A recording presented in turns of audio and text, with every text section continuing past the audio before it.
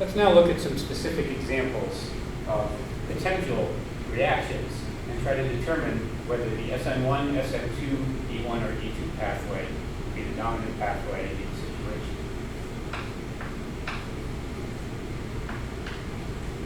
So let's take the reaction of 1-chloro, 3-methyl, butane, down here.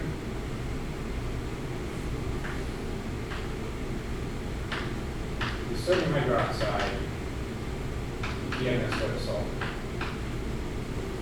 Call it DMSO. Looks like this. Got a sulfur oxygen bond, and 2 methyl groups attached to the sulfur, and it is a polar aprotic.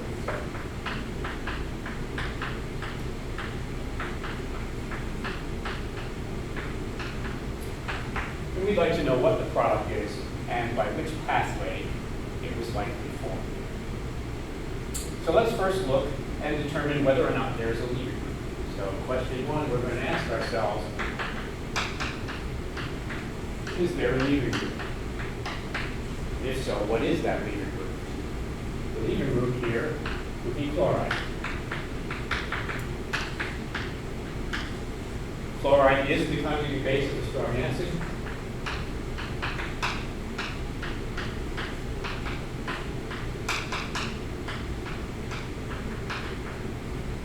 That means it is an effective group. So the answer is yes, chloride. That means there will be a reaction. Now we're going to look at the substrate structure. And we're going to determine that it's a primary substrate.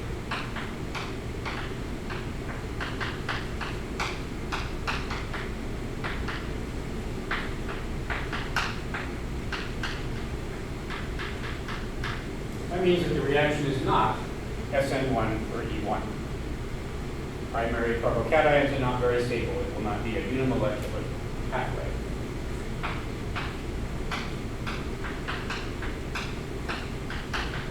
The next step is to identify the nucleophile.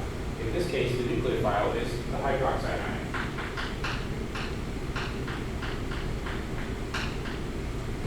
The hydroxide ion is an excellent nucleophile. It's quite basic, both in the Lewis sense and in the Bronsted-Lowry sense.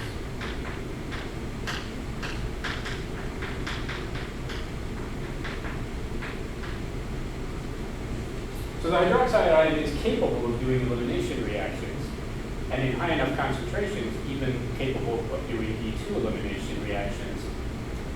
But we're not told that it's in a high concentration here. In the absence of any information that suggests we have more than one equivalent, we're going to assume one equivalent.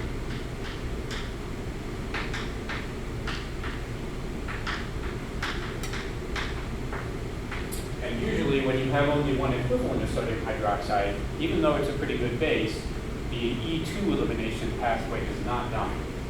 And the E1 pathway is not possible. So I'm starting to lean towards an SN2 reaction being the most likely outcome. If we look at the solvent is a polar aprotic solvent, which means the SN2 reaction is enhanced.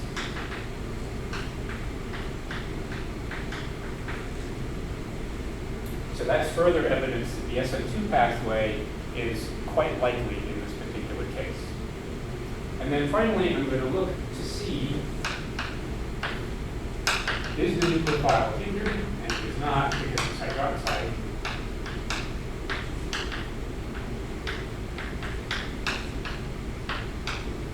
Which means that the SN2 pathway is still reasonable. And if they're branching in the beta position,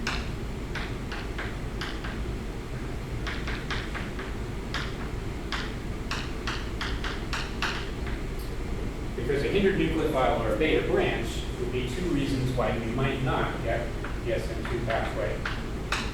You'll notice here that there's no branching at the beta position either. The methyl branches until the gamma position. So there's no branching at the beta position to slow down the SN2 SN2 pathway, primary substrate means there's no branching at the alpha position to slow down the SN2 pathway, and the nucleophile is also unhindered, so there's nothing to slow the SN2 pathway, and in the absence of a large excess of hydroxide, we're probably going to undergo the SN2 pathway as the major pathway, and thus the product will be 3-methyl-1-butyrol.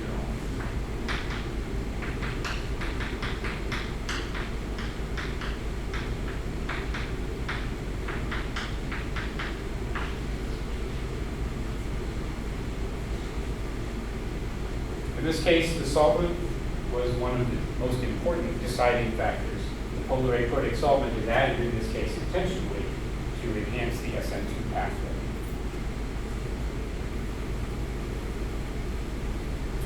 So that gives you the general method that you will use to analyze these problems. Occasionally you'll shortcut because you'll see something that immediately tells you what kind of reaction it is, like a strong hindered base that will immediately tell you it's E2 without going any further, assuming there's a leaving group. If there isn't a leaving group, then there won't be an E2 reaction either. But usually it'll be productive to go through the 5 factors the way I just did in making a determination.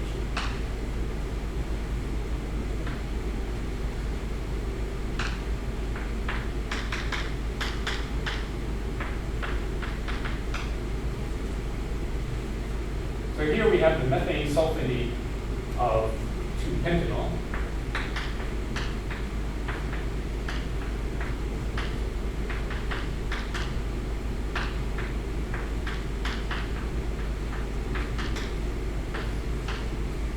And we're going to do this reaction using potassium acetate in methanol. CH3OH. And once again, we want to determine whether a reaction will occur, what the product will be if it does, and which pathway will be the dominant pathway.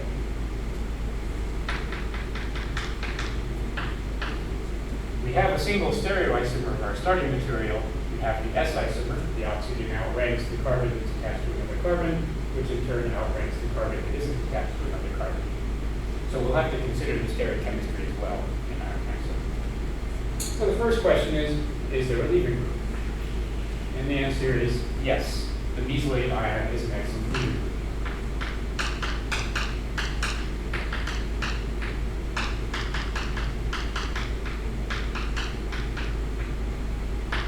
That means a reaction will occur, and we will break the carbon-oxygen bond between the secondary position of the 2-pentanol methane sulfonate and the oxygen attached to sulfur. It's a secondary substrate, which tells us nothing. All 4 pathways are possible on a secondary substrate. We have an excellent nucleophile. Acetate ion is a good nucleophile.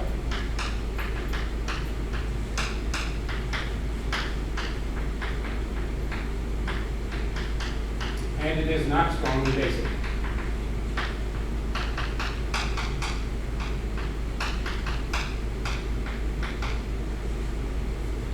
Acetic acid, while not a strong acid, is one of the stronger of the organic acids with a pKa of 4.74. So elimination is unlikely.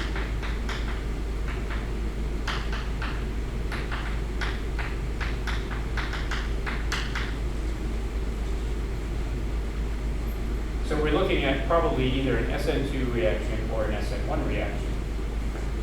And we're going to look at the solvent and notice this is a polar aprotic solvent.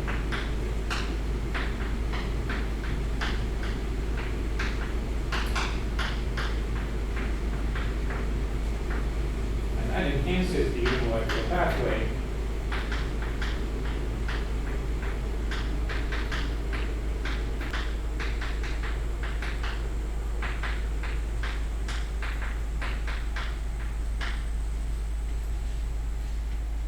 There's no additional steric hindrance to be considered because the nucleophile is unhindered, and there's no branching at the beta position beyond just maintaining the continuing chain.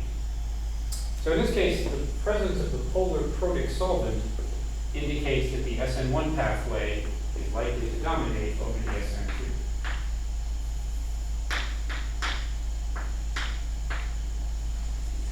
The intermediate will be the corresponding secondary carbocation, which is planar. So the stereochemical result will be a racemic mixture of acetates, where we have both retention of configuration and inversion of configuration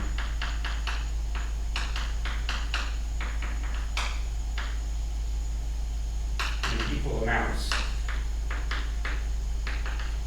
given that there is no chirality in our intermediate carbocation.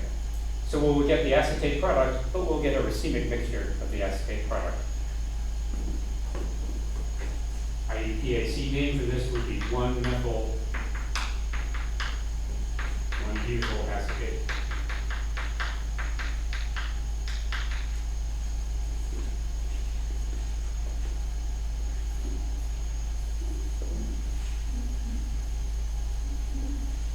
So we've seen an example where the SN2 pathway is dominant, and we've seen an example where the SN1 pathway is dominant.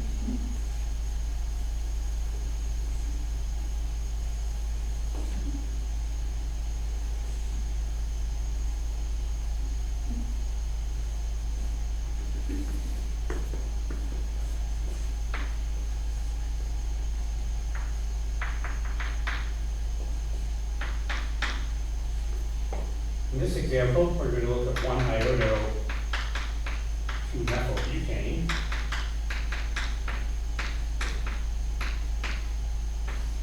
And we're going to treat that with LDA in THF solvent. THF is tetrahydrofuran.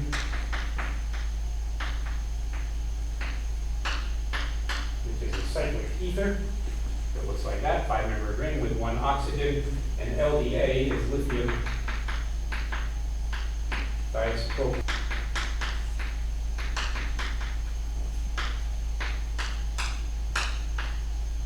Which is a negatively charged nitrogen. 2 isopropyl groups attached, and a lithium counter ion. We do have a leader group. Iodide ion is a good leader group.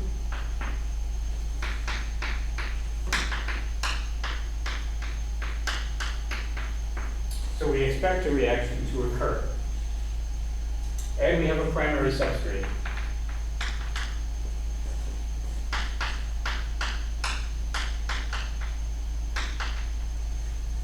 Which means we don't expect to see an SN1 or an E1 pathway, just as we didn't when the methyl group was here in the previous example, the first example when we were working with 3-methyl or 1-chloro-3-methylbutane. Our solvent is nonpolar.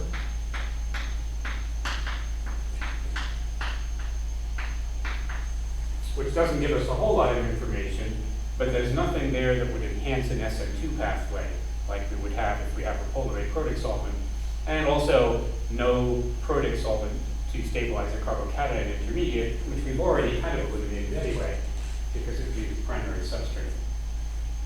The real deciding factor here is in looking at the base. This is a strong, sterically hindered base.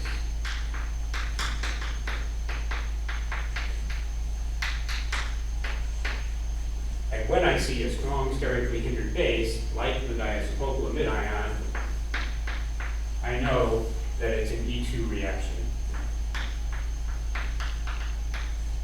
And it's always an E2 reaction when you have the strong, sterically hindered base, diisopropylamide, or the strong, sterically hindered base, T-butoxide.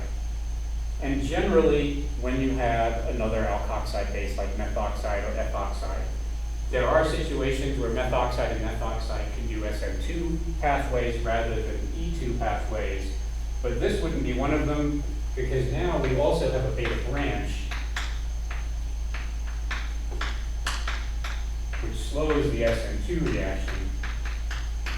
And even if we were to work with an unhindered strong base like methoxide or ethoxide, the beta branch here would mean that elimination would be the major pathway. So what's going to happen in this case is the diisopropylamide is going to remove the beta hydrogen, pushing in a pair of electrons, which will in turn kick out the leaving group, and we will get an alkene as our product. And because the base is sterically hindered, right, if there were a choice, in this case there's only one direction it can eliminate, if there were a choice we would get the Hoffman product. In this case there's no ambiguity because there's only one beta carbon, and we get 2-methyl 1-butene by the E2 elimination pathway.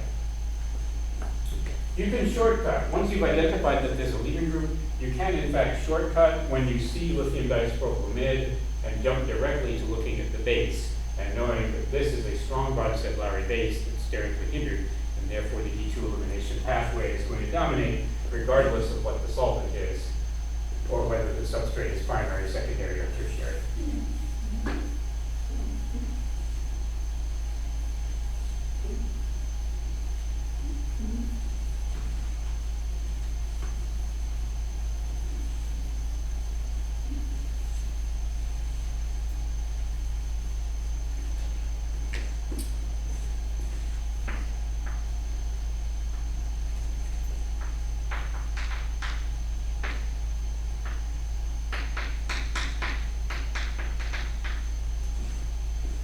In this case, we're looking at a substrate that is 1-methyl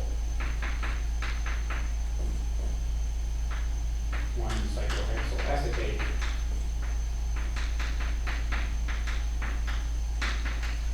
It's the acetate of 1-methyl cyclohexanol. And we're going to take this reaction and we're going to treat it with sodium fluoride, NaF, in HMPA. HMPA we call is hexamethyl phosphoramide.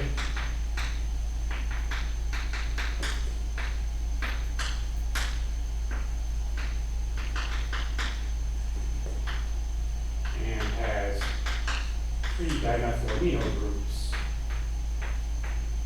attached to a phosphorus oxygen bond. It is the granddaddy of all of the polarly coated solvents.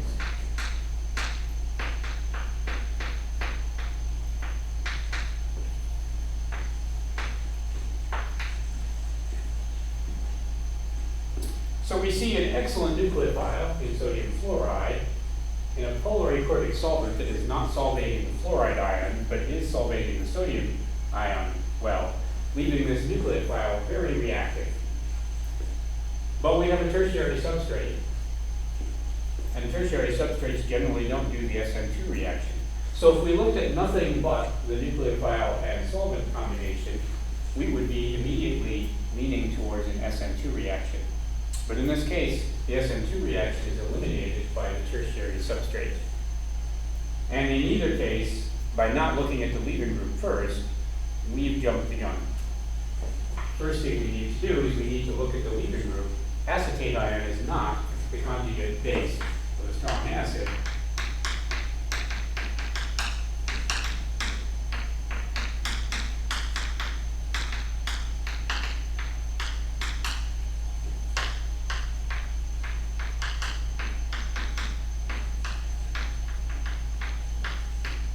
And therefore will not leave.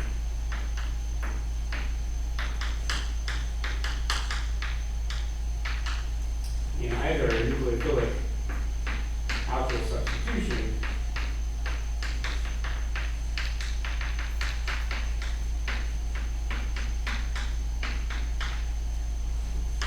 or an elimination reaction.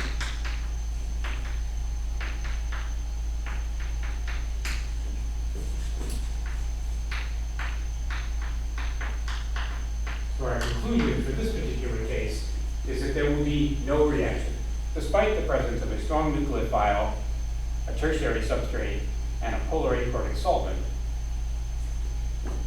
In the absence of a lever group, no reaction can occur. Acetate is a very popular leaving group, or shall I say, a very popular non-leaving group that people often want to leave.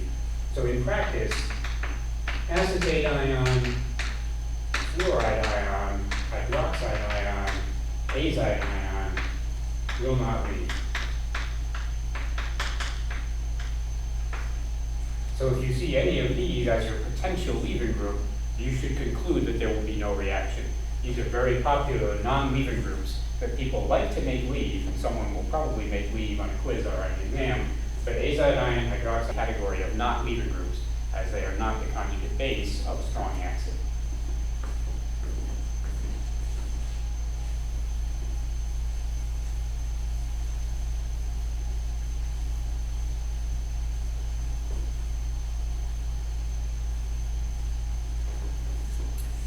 Let's look at exactly the same reaction. But now instead of having acetate at that one position,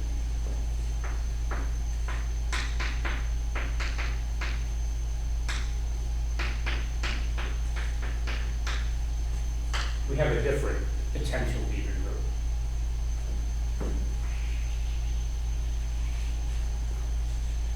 So we have a good leaving group. We have tosilate. Tosilate is a good leaving group.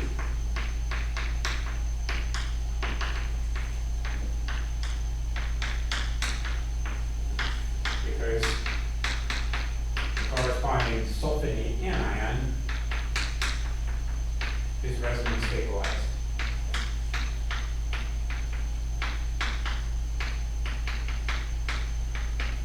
And the conjugate acid of this resonance stabilized anion has a pKa on the order of -3, right? Which is a negative pKa and therefore a strong acid. So we have a good leaving group. We have a tertiary substrate.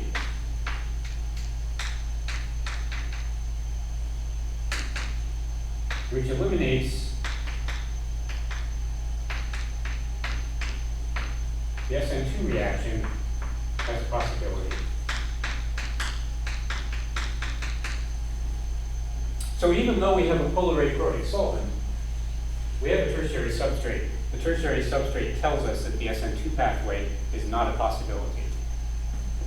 The two possibilities that remain then, once we form the carbocation intermediate, are the E1 pathway and the SN1 pathway.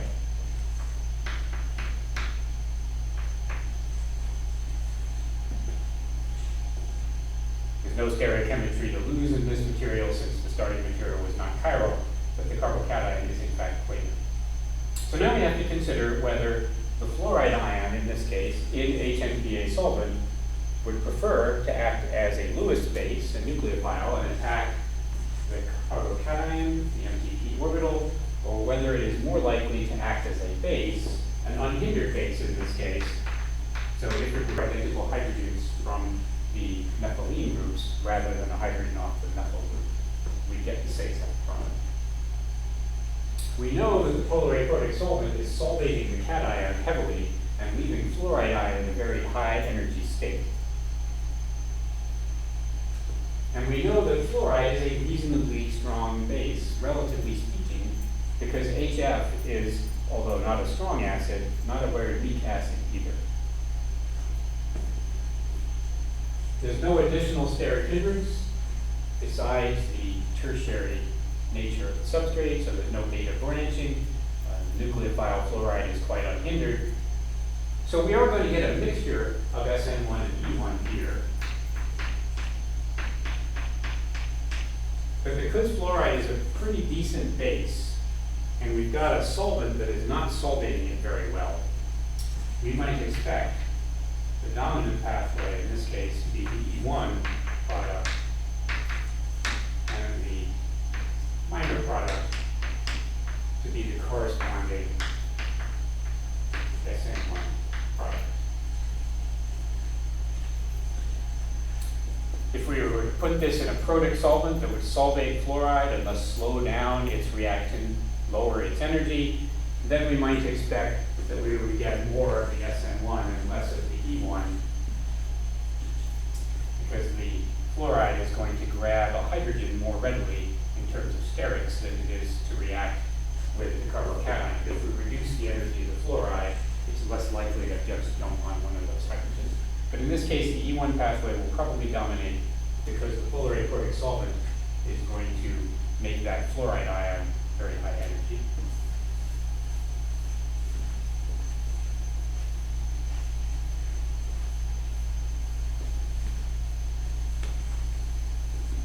There's obviously an infinite number of these possible problems, but I think the series I just went through gives you a reasonable summary of some of the considerations that you'll need to take into account when deciding which pathways